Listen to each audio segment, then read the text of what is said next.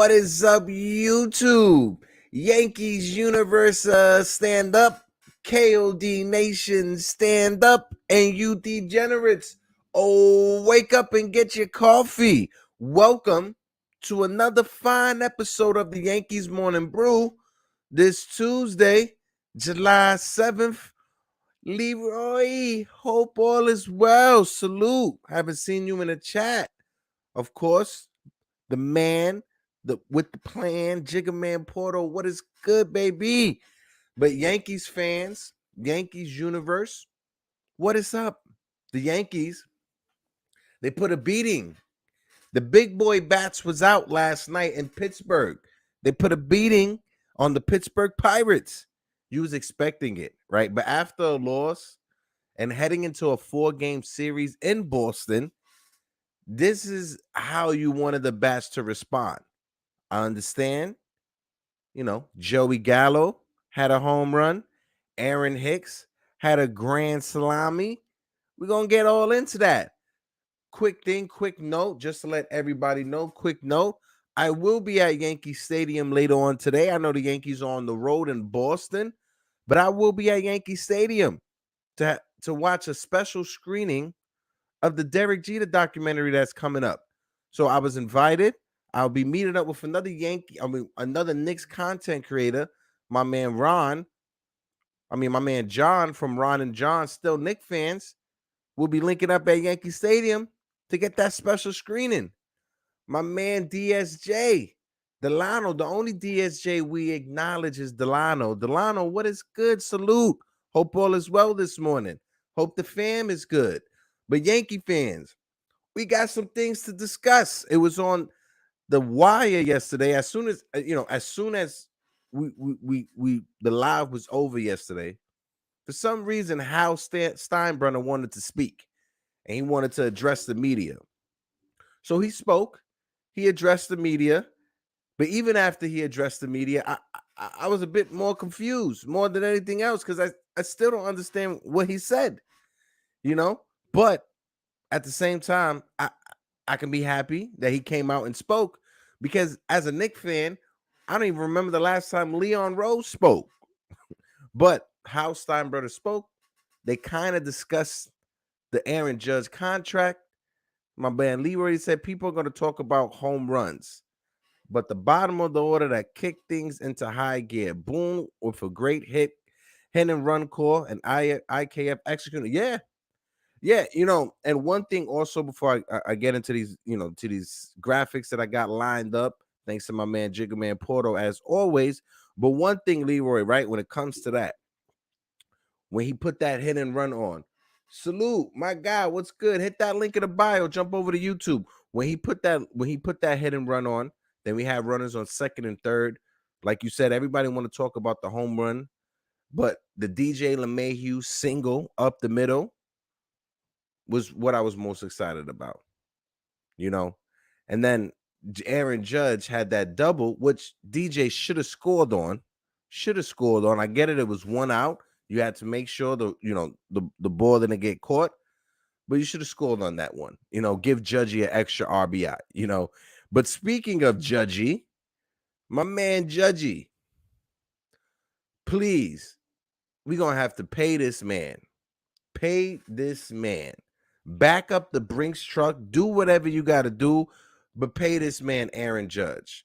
Because off of Manny Benuelos, who was literally a Yankee a few days ago, sorry this had to happen to you, Manny, but Aaron Judge, with the grand salami, his third of his career.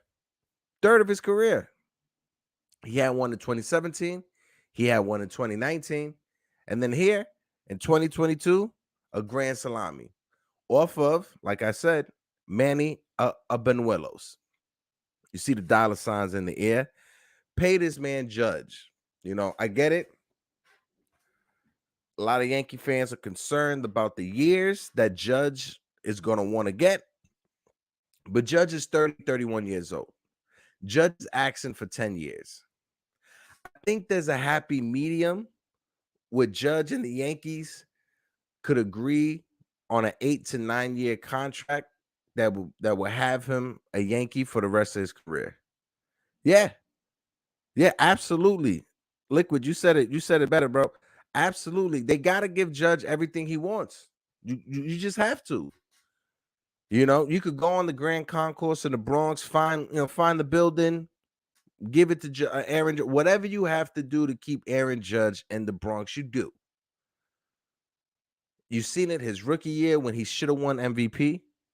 Most likely will win MVP unless Shohei Ohtani decides to pitch like Cy Young for the rest of the season. But he should win MVP. Should. I'm going to emphasize that big old should. But he should win MVP. Will he break the home run record? That's something we have to see. That's a little extra spice, in the storyline, if you understand what I'm saying. But if Judge, breaks the home run record, I'm be 100% happy. I'm be ecstatic that I'm able to watch that. But I said it yesterday, and I said it the day before. It doesn't matter if this team wins 125 games during the regular season. It doesn't matter if Aaron Judge hits 88 home runs this season. If this team fails in October, if this team does not win the World Series, if this team is eliminated by the Houston Astros in the ALCS, it's not going to count. And I get it. I sound like a stubborn and greedy Yankee fan. Well, guess what? I've been watching the Knicks for years. So whenever the Yankees are on, I want the Yankees to win. My man Foxy, salute Uncle Foxy. What it do? Speaking on the Knicks, listen, if you guys are NBA fans, right? I always got to give this shout out. If you guys are NBA fans, tune into my guy Keith. Foxy be on there as well. Sports 5 TV. Tune into my guy George El Theo over there as well, and into the Knicks verse. Great content creators. They always show love, and they've been one of the top ones that I've been watching since the beginning. So Foxy, thank you. But yeah, Liquid, my man Liquid agreed with me. If this team wins 125 games, Aaron Judge has 88 home runs. That's all cool and dandy. That's all nice. It's sweet. Too sweet. It's very sweet. But if this team fails in October, if this team fails to as they say, vanquish those demons of the Houston Astros, if this team fails to do that, what's it for? What's it for? And I get it. Like I said it. I'm a greedy Yankee fan. If this was the Milwaukee Brewers, if the Yankees were the Milwaukee Brewers, right? And over these past 20 years, we missed the postseason twice. We won a World Series in 2000 and 2009. If this was the Milwaukee Brewers, if I was a Brewer fan, I'll take that. I'll be happy with that. But no, I'm a Yankee fan. And we are on the chase for 28. By the time before I get to 40 years old, I want the Yankees to be in the 30 championship range. That's how greedy I am right now. I woke up hungry this morning. My ribs are touching my back. That's how hungry I am. The Yankees need to figure it out. We brought up trade scenarios. I'll get deeper into it later on. But bottom line is, when it comes to October, we have to have the mentality of a bull seeing red, especially when we match up against the Houston Astros. We have a 4-game series coming up with the Boston Red Sox. And it's weird because this is the first time in this entire season that we've been in Fenway. We played the Red Sox once early in the season to start the year. We played them once. But this is the first time we're going to Fenway. July 7th, first time in Fenway. It just seems a bit weird. My man Keith, all rise. Yes, sir. You know it. You know what we're talking about. After last night's slobber knocker, even though Gallo and Hicks in a home run, they still suck. I texted Jigga Man last night. As soon as Gallo hit that home run, I texted him, he still sucks. As soon as Aaron Hicks hit that home run, I texted Jigga, he still sucks. Hate to say it like that. Aaron Hicks had that grand slam batting from the right side off of a right-handed pitcher. It was a position player, but maybe he needs to maybe he needs to start hitting from the right side more often. He says, Yankees need to outfield the bat. Yes, we do. Yes, we do. I threw out several names. One of the big names, of course, will be Brian Reynolds, who we played in Pittsburgh. But I think Pittsburgh is going to want too much for him in return, and I'm just not willing to give up our top prospects, right? So Andrew Benintendi is someone who I have in mind. He's a left-hand hitting bat. He played in Boston, so he understands the big market. He's 27 years old. He has decent numbers in Yankee Stadium. He is having a career year. I'm not gonna lie, he is having a career year, batting over 310. But still, what can we lose? Ian Happ from the Chicago Cubs. That's a person that I would like to take a look at as well. For the fact of, when this team talks about chemistry and our team chemistry being one of the big parts of the success to this team this year, Ian Happ will fit in perfectly. You see, Judge and Rizzo are super close, right? And Ian Happ and Anthony Rizzo are apparently best friends.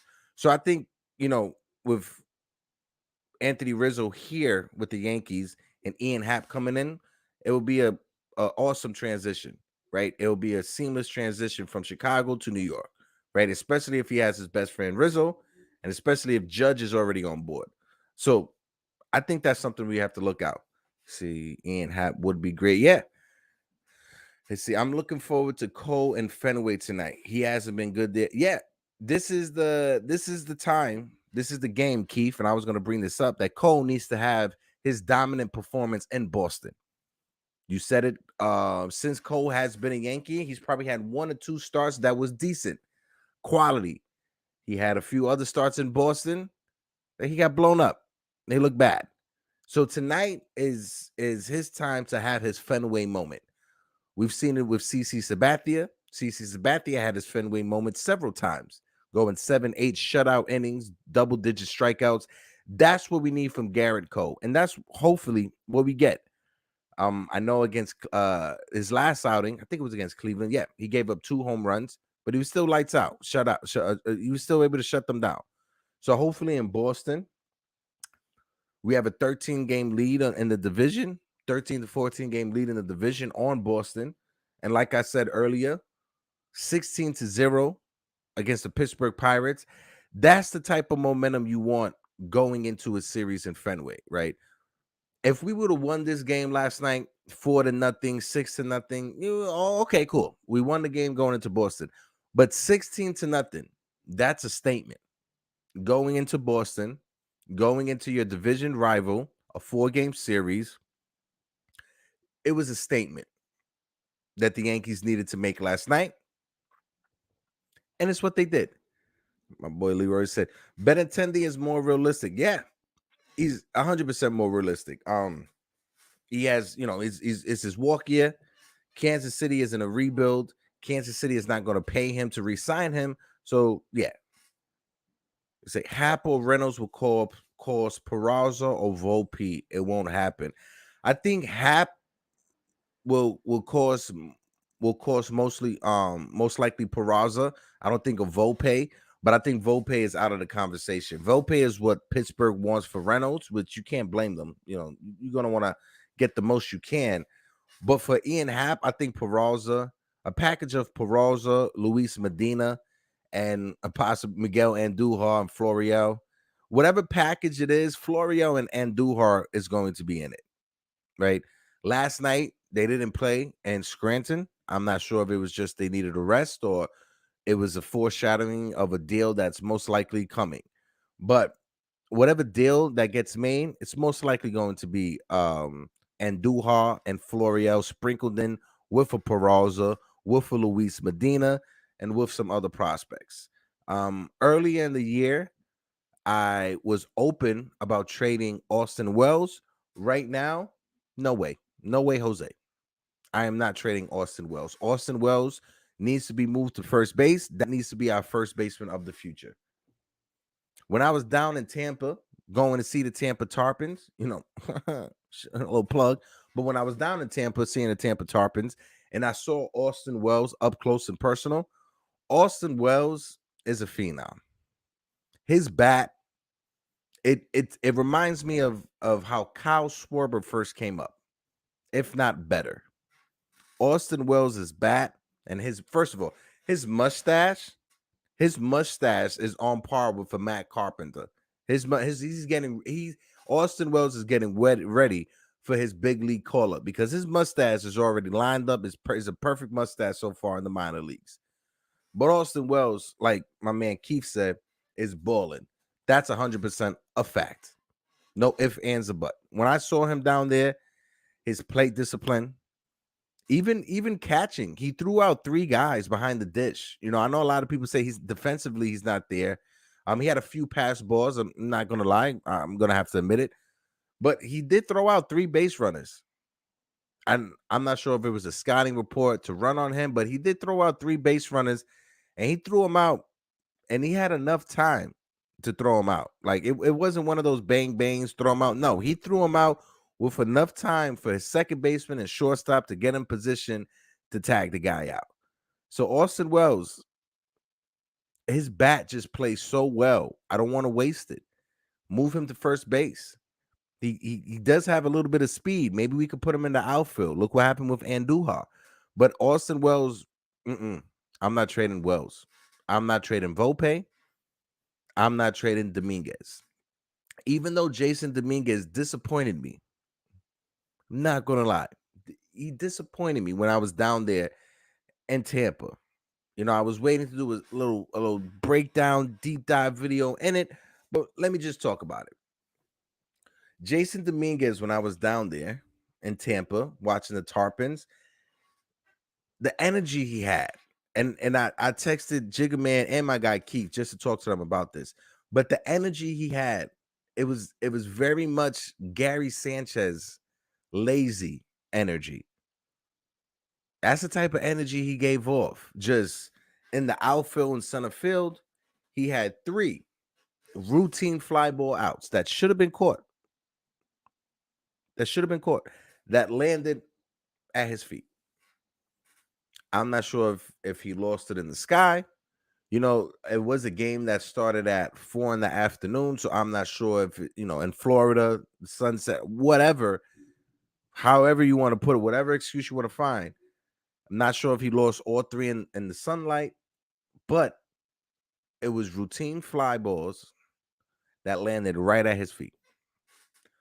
Visibly, when you look at the Tarpons dugout when that happened, you saw how visibly upset the coaches were. Because it blew my mind. I'm like, wait, what? I looked right. I was literally right behind home plate. So I had a perfect view. Once the ball dropped at his feet, I looked right to the Tarpons dugout, and you visibly saw how upset the coaches were. Visibly. Again, this is not me trying to downplay the talent of Jason Dominguez or the potential of a Jason Dominguez, because it's there. The talent is there. The potential is there. It's just he has to tap into it. Now, is he going to be a Gary Sanchez in the majors? I don't know. But the energy that he had, it was very lazy. It was very, very lazy. I'll probably do another. I'm going to try to dedicate a special video into this Jason Dominguez thing. From what I saw, it was lazy. But at the same time, like I said, the potential's there. The talent is there. When I was sitting behind home plate, they got the netting. He fouled off a ball that got through the netting. That's how hard he hit it.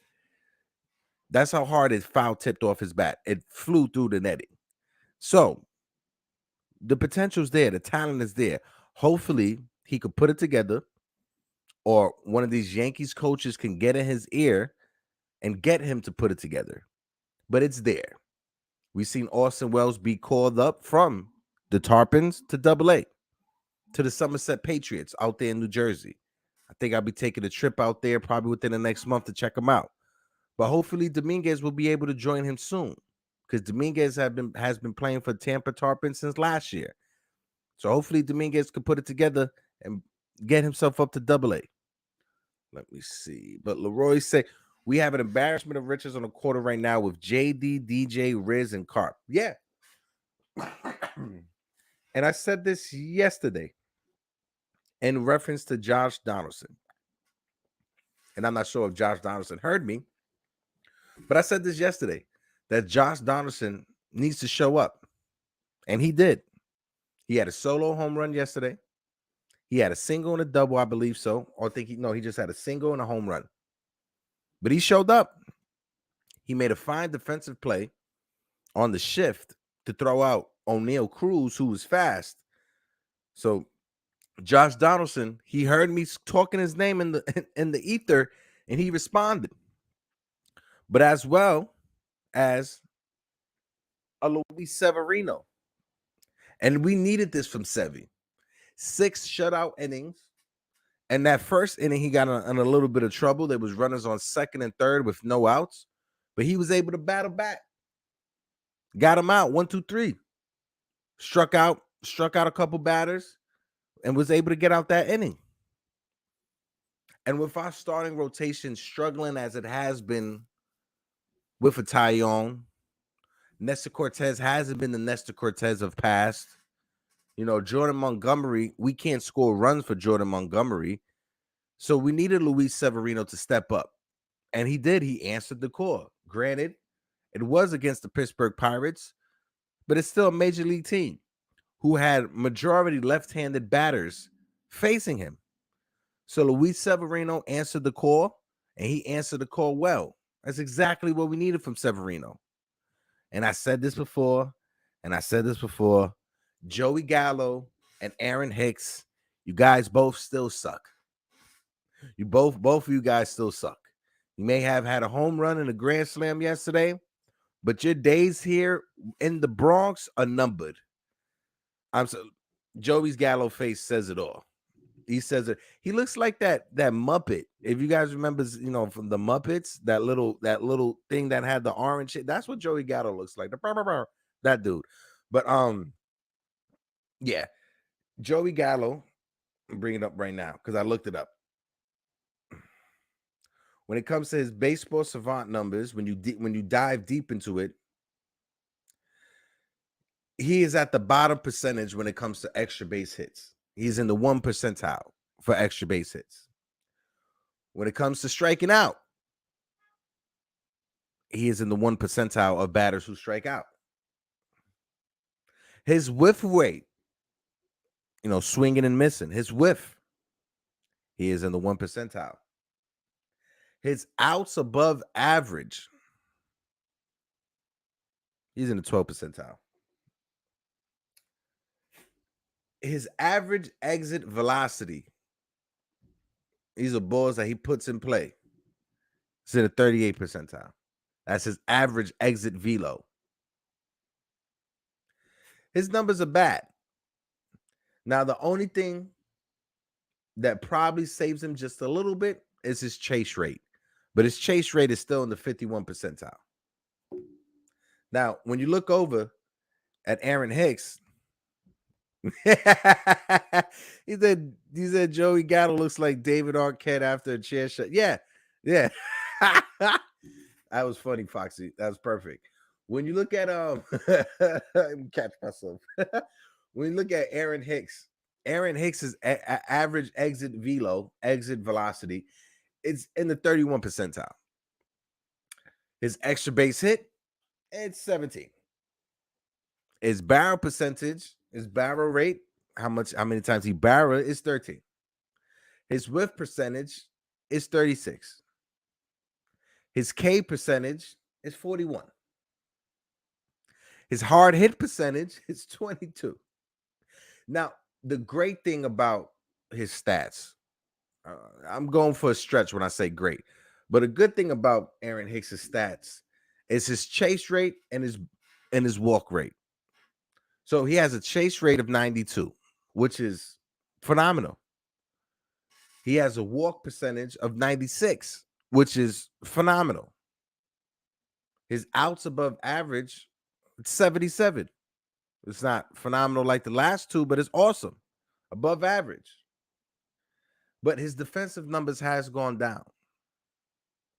His spray chart, he's a very heavy pull hitter, right and left. Doesn't matter what side he's hitting. He started the season looking like he was trying to spread the ball around the entire field. Then he tried to get home run happy because he didn't hit a home run.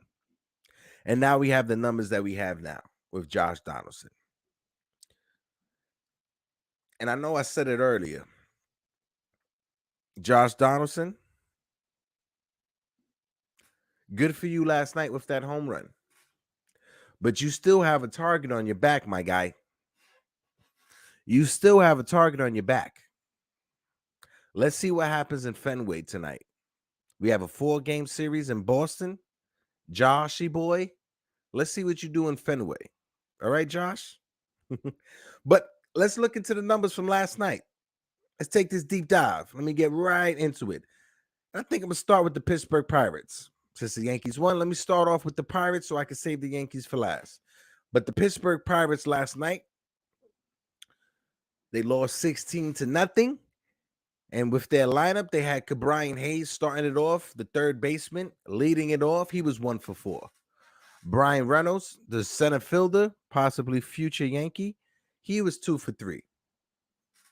The young talent, Shuswisny, the left fielder, was 0 for 4. The big fella, the beefy man, the beefmeister, Vogelback, the DH, was 0 for 3. Susugo, the first baseman, was 0 for 4. O'Neal Cruz, the top prospect, the shortstop, was 1 for 3. Ben Gamel, the former Yankee, 0 for 3. Michael Perez, the catcher, was 0 for 3. And Van Meter, who came in later on in the game in the 9th to pitch, that's who Aaron Hicks had that home run off of. The second baseman and pitcher, he was 0 for 3. You see, Leroy said Gallo is broken beyond repairs, bro. Gallo is he's like a 68 Chevy, right? From the distance, it looks good. But as soon as you open up that hood, you realize, oh my God, this got some work to be done.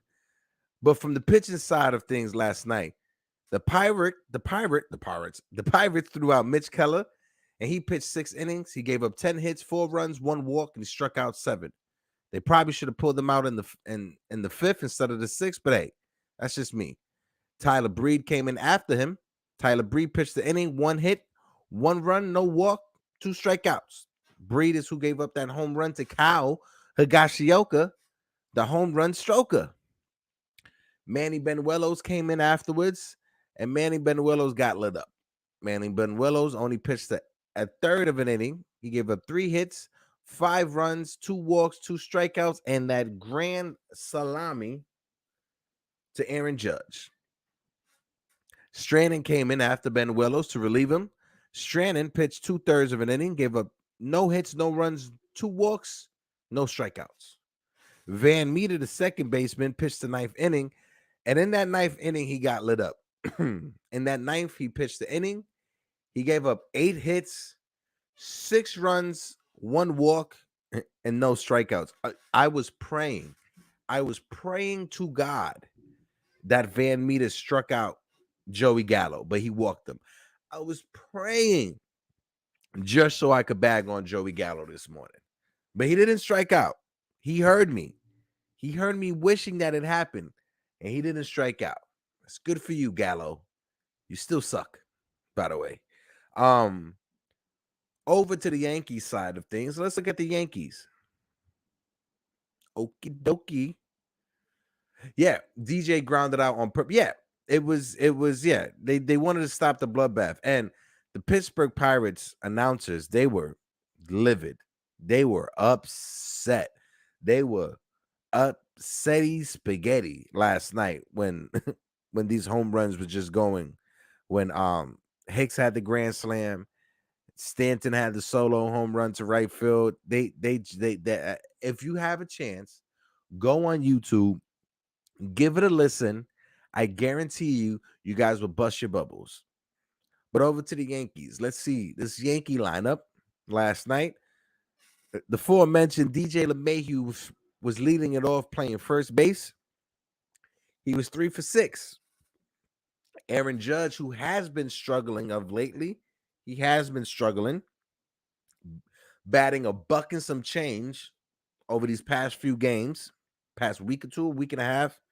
But last night, he was 3 for 4. Had a home run, a grand slam.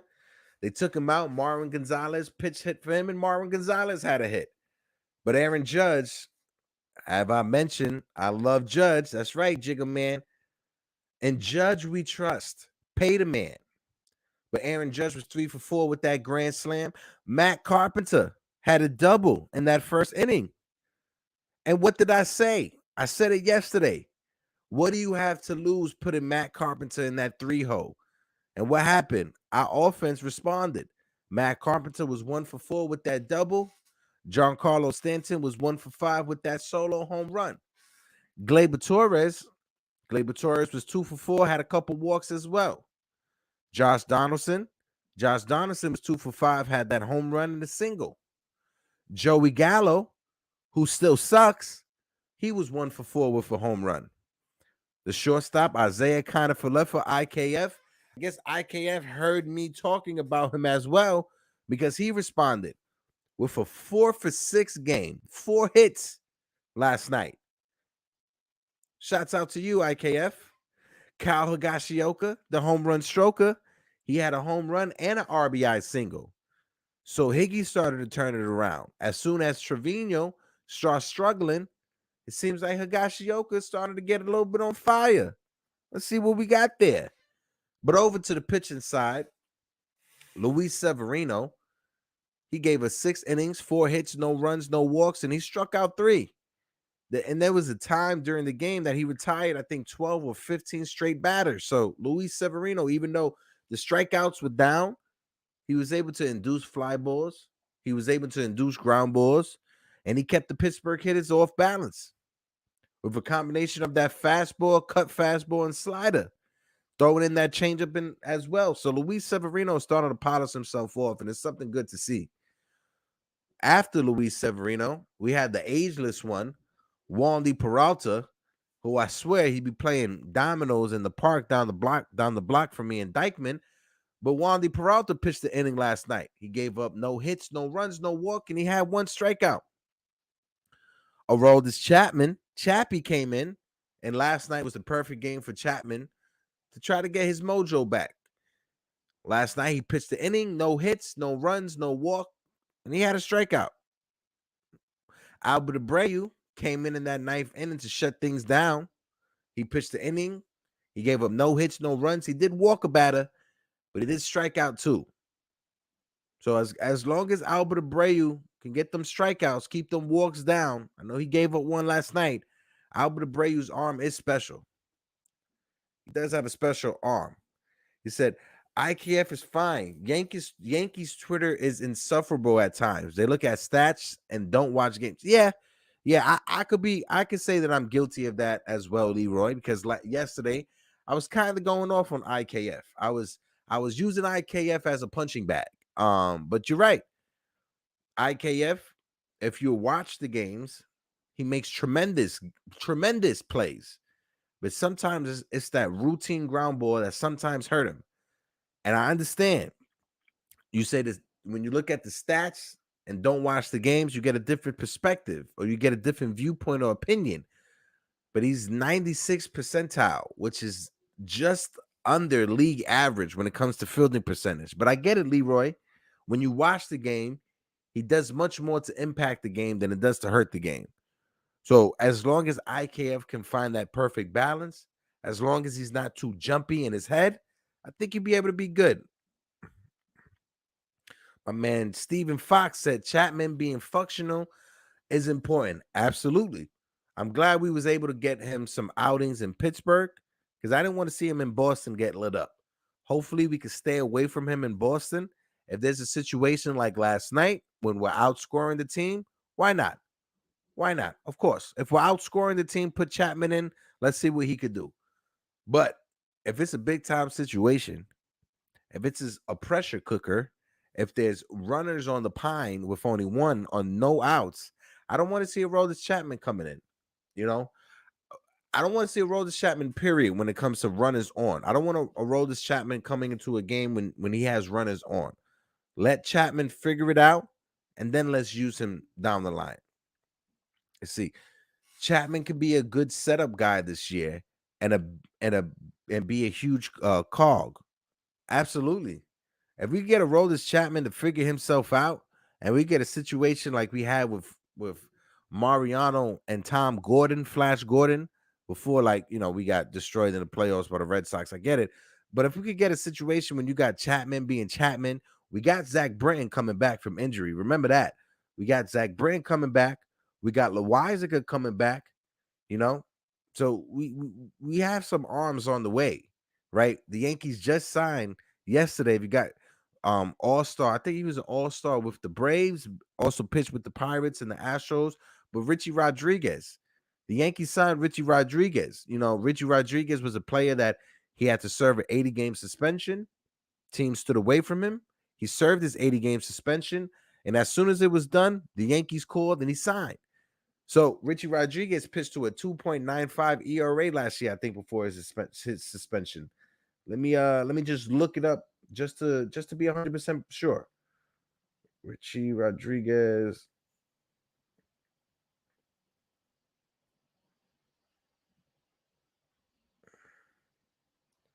Yeah, he pitched with Atlanta, Pittsburgh, and Baltimore in his career.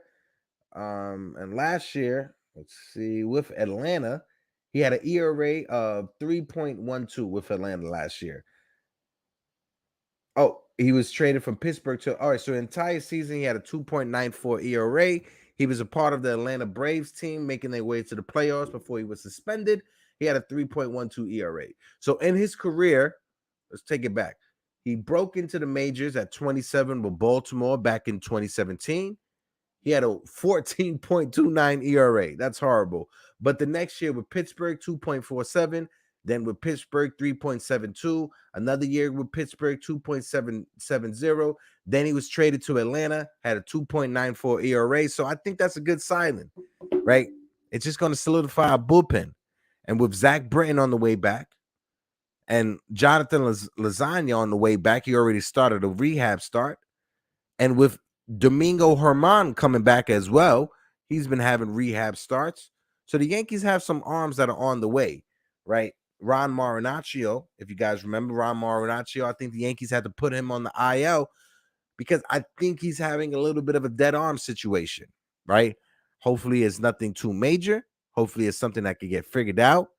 And it's not something that pushes his career back because he was phenomenal. I think in 15 innings, he didn't give up a run in his first 15 innings pitching for the Yankees. Phenomenal. Hopefully that's something that he can keep going. But yeah, we have some help coming. Don't worry. When it comes to like the trade deadline, I know a lot of people. Our bullpen, I think is I don't think our bullpen needs anything. If we could find something, yeah, why not? Why turn down an extra arm? But is it something that we drastically have to go out there and change? I don't think so. Not whatsoever. Our starting rotation, yes. I said this yesterday, and I'm still going to keep pushing for it. Luis Castillo from the Cincinnati Reds. I think Luis Castillo is going to be a Yankee.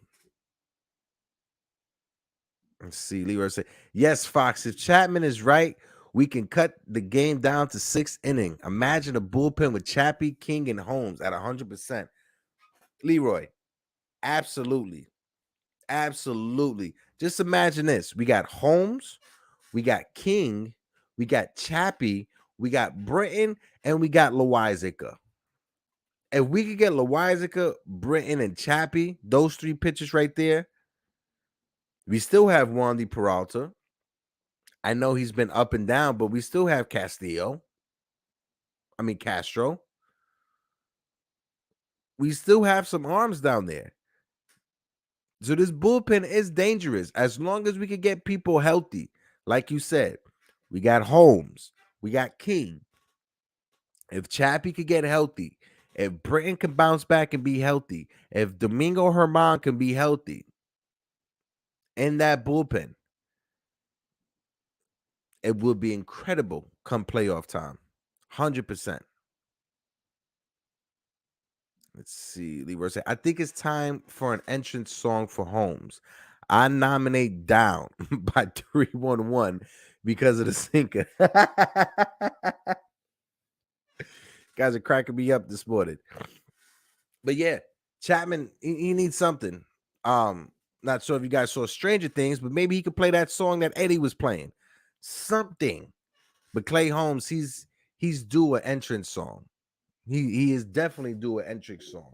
But let's take a gander around the league, guys. Let's do this real quick before I preview tonight's game against Boston. Let's just take a look around the league just to check out the standings in baseball. Not sure if anything really changed, but the Yankees are at 59 wins, 59-23. Hopefully tonight we can get our 60th win against those bloody Boston Red Sox, but Yankees have a 14-game lead in the division. 14-game league against Boston, against Tampa, and against Toronto. It's 14 and a half. It's the biggest league in all of baseball, division lead. And the AL Central, the Minnesota Twins, they're starting to turn it around. They had a moment where the Cleveland Guardians took for first place from them, but then Cleveland started to sputter, and it's starting to come back down. But Minnesota's 47-38. They have a 4.5-game lead on the Cleveland Guardians. The Chicago White Sox are struggling to figure things out. Most likely Tony La Russa will be fired. But when you go over to the AL West and you got our rivals over there with the Houston Astros, a lot of Astro fans have been talking mess on Twitter, talking about how the Astros record is going to be better than the Yankees by the time the All-Star break is here. What you talking about? Anywho, the Astros are 53-28. The Astros have a 13-game lead in their division against Seattle. We still have a 14-game lead. Over to the NL East, the New York Mets and the Atlanta Braves was almost neck and neck. I know at the beginning of the season, a lot of Met fans was talking about how this town is a Met town and it's over for the Yankees and this, that, and the third. The Mets started off the season as the best team in baseball for 2 weeks and yada, yada, yada. They had a 12-13 game lead in their division, but now it's come back down to reality. The Mets are 51-31. The Atlanta Braves are 49-34. They're just 2.5 games behind the Mets. The Phillies are barely hanging in there after firing Joe Girardi. The Phillies have turned it around somewhat, but the Phillies are 43-39. Hopefully that wild card could do it for the Phillies and they can make the wild card, make the playoffs, make the postseason, especially after firing Joe Girardi. But the Phillies are 8 games behind the Mets. When you look at the National League Central, the Milwaukee Brewers and the St. Louis Cardinals, they're battling back-to-back, neck and neck. Last week, St. Louis was in first place, but now Milwaukee has flip-flopped them, and they're in first place. Milwaukee is 47-37 on the season. They have a 3-game lead on the Cardinals, who are 44-40. And then the rest of the division is the rest of the division. You got the Cubs, the Pirates, and the Cincinnati Reds. The Cincinnati Reds, they are 28-53. They have the worst record in baseball. Yep. They're tied with wins when it comes with the Oakland A's, but the Oakland A's have more losses. So the Oakland A's are the worst team in baseball. Oh my God, I'm a Maria. But over to the NL West, you got the Dodgers and the Padres. The Dodgers are starting to sneak ahead just a little bit, but the Dodgers are 52-29. They have a 6-game lead on those San Diego Padres, who are 47-36. So it's gonna look like the wild card. It's gonna be a fun race over in the American League. It's basically the American League East 2.0, but the wild card stand. You got Tampa 45-37, Boston 45-37, and Toronto 45-38. So you got the top 3 seeds for the wild card, all from the same division. Then you have the Cleveland Guardians, who are 40-40, the Seattle Mariners, who are 41-42, and the Chicago White Sox, who are 39-41. They're still all in it. All three of those teams are still in it. Then when you look at the National League, this wild card race is a bit more tight. You got the Atlanta Braves, who are leading 49-34, the San Diego Padres, who are 47-36, the Philadelphia Phillies, who are 43-39, the St. Louis Cardinals, who are 44-40, the San Francisco Giants, who are 41-39, and then the Miami Marlins, who are 31-41. So out of those 6 teams, 3 of them are from the same division, the National League East. So you got the American League East, who top 3 teams are from the same division. And then in the National Leagues, those 6 teams that are competing for those 3 wild card spots are from the same division. So that extra wild card team has made such a difference, because imagine this: if it was just the 2 wild card teams, then it would just be Atlanta and San Diego. Philly would be 5 games looking out. St. Louis, the same thing. San Francisco, I don't even think, if there were only 2 wild card teams, Miami wouldn't be competing for that wild card spot. They just wouldn't be competing for that wild card spot, in my opinion. But that extra wild card team has done such great things for parity, allowing teams to enjoy this, to be in this conversation. Fan bases not having to worry, oh my God, it's July 7th. We're tanking for a top draft pick. No, not at all. My man, what it do? Listen, if you want to click that link in the bio, jump on over to YouTube, join in on the conversation. I appreciate you. Thank you so much. But yeah, let's look what else news. My man Leroy said, let's talk about how Ohtani and Trout are dominating meaningless games. Yeah. It's sad to see, right? Especially at the beginning of the season when the Angels were in first place before Rendon went down with his wrist injury. Yeah, you saw them in first place, and you thought this was the year we were going to be able to see Mike Trout in the postseason. But no, it looks like the Angels have come down to reality. Because right now, the Angels, and in their division, the Angels are 4th place in their division. The Angels went from being in first place in their division to being in 4th place in their division. They are 38-45, 16 games behind the Houston Astros, right? When you look at the wild card, they're not even in the conversation. They're 7 games behind the wild card. So unless they go on a stretch, a phenomenal run, the Baltimore Orioles are in better standings for that wild card than the Angels are. Sad to say. I wanted to see Trout in the playoffs. I wanted to see Ohtani in the playoffs.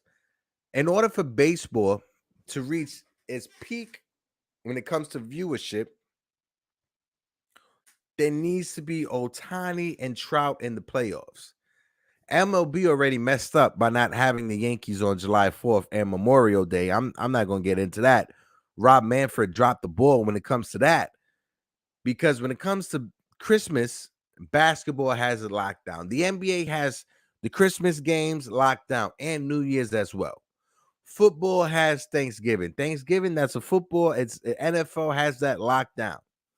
But for some reason, Rob Manfred and MLB cannot lock down July 4th or Memorial Day. It makes no sense. I'm not one to be super star spangled banner July 4th seller. I'm not one for that. But when you have the best team in baseball not playing July 4th, that's trash. When you have the best team in baseball not playing Memorial Day, that's trash. I understand it. It's the scheduling. It's how the schedule was done. But whoever was in that room putting that schedule together should have been fired from the beginning. Point blank, period. He said, Trout will go down as the greatest player to never win a World Series. Oh, God. I it's looking like that. It's looking like that unless Mike Trout is traded to the Yankees. Unless Mike Trout is traded out of LA, I don't think Mike Trout is going to even taste the playoffs. And I hate to say this, but Mike Trout is this generation's version of Don Mattingly.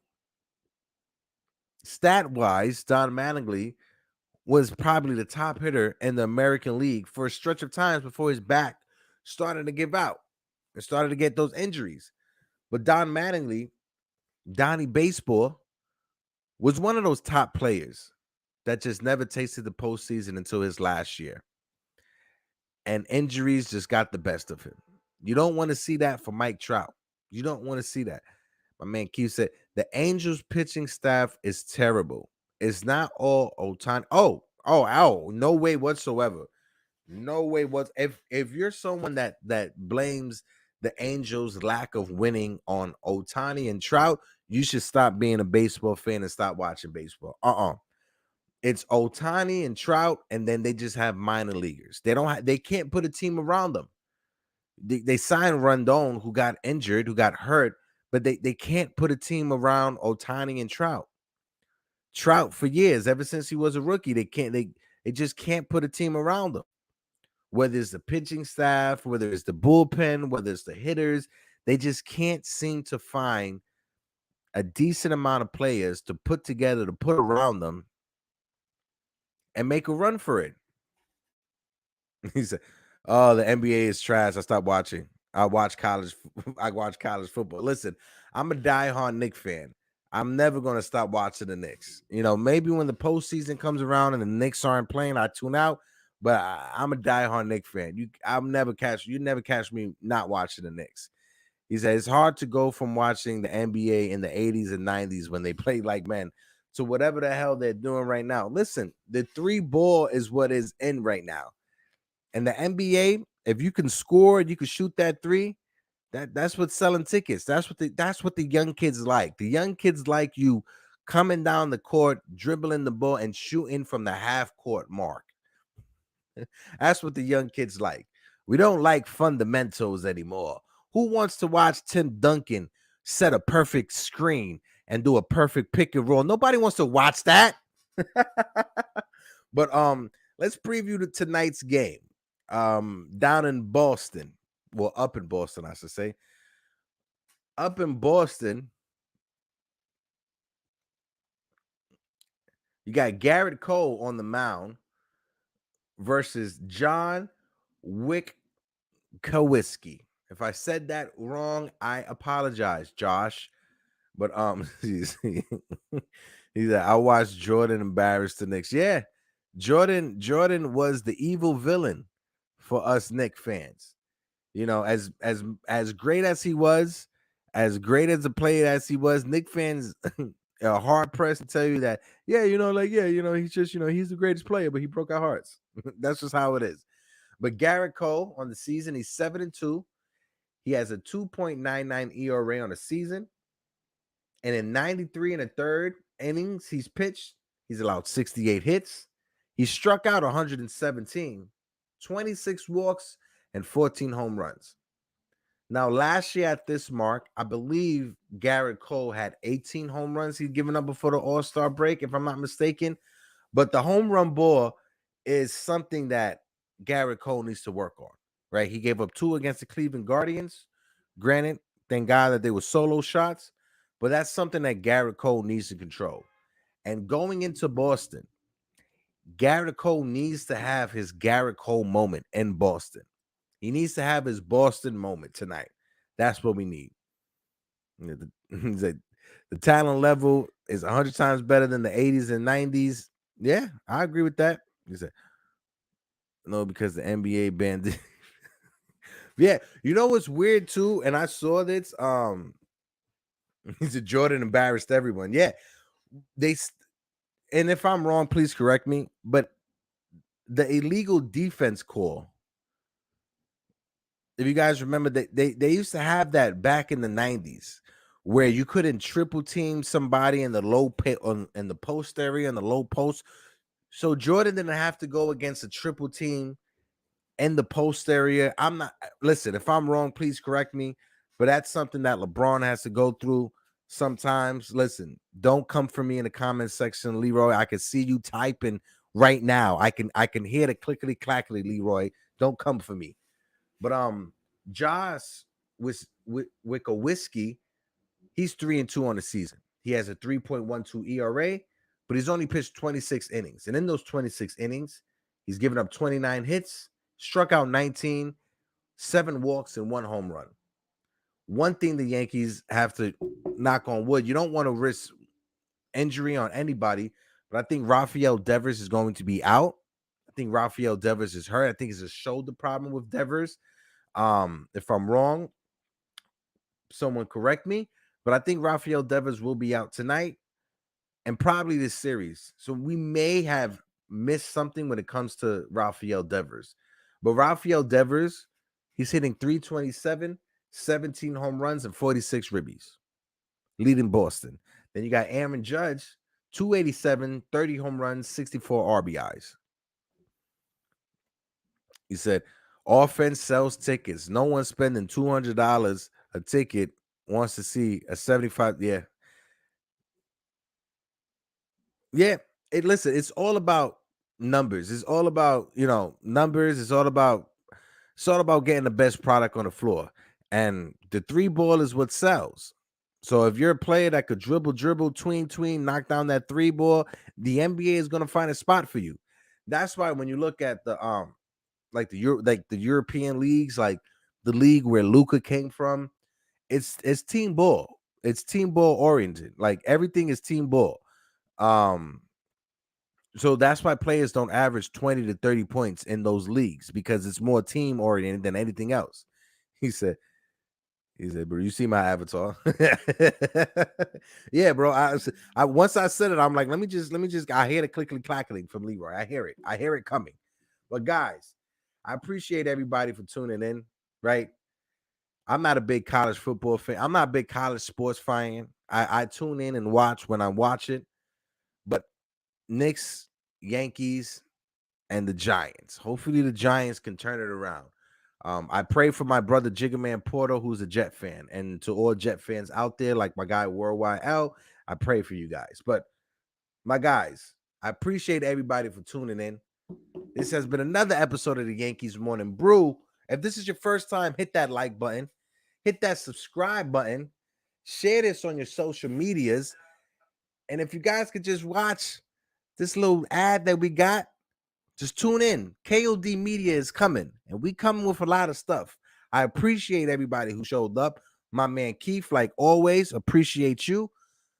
Uncle Stephen Fox, appreciate you. Leroy, my man Pots and Pans, appreciate you. Jiggerman Porter, of course, the evil genius behind the scenes. Thank you so much. My man Liquid, appreciate you for tuning in.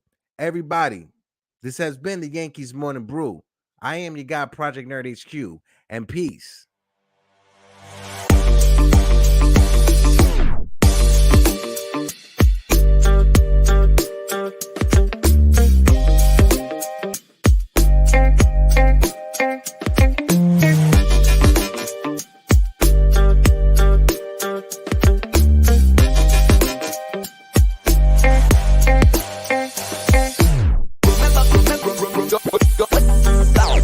Damn, like the morning.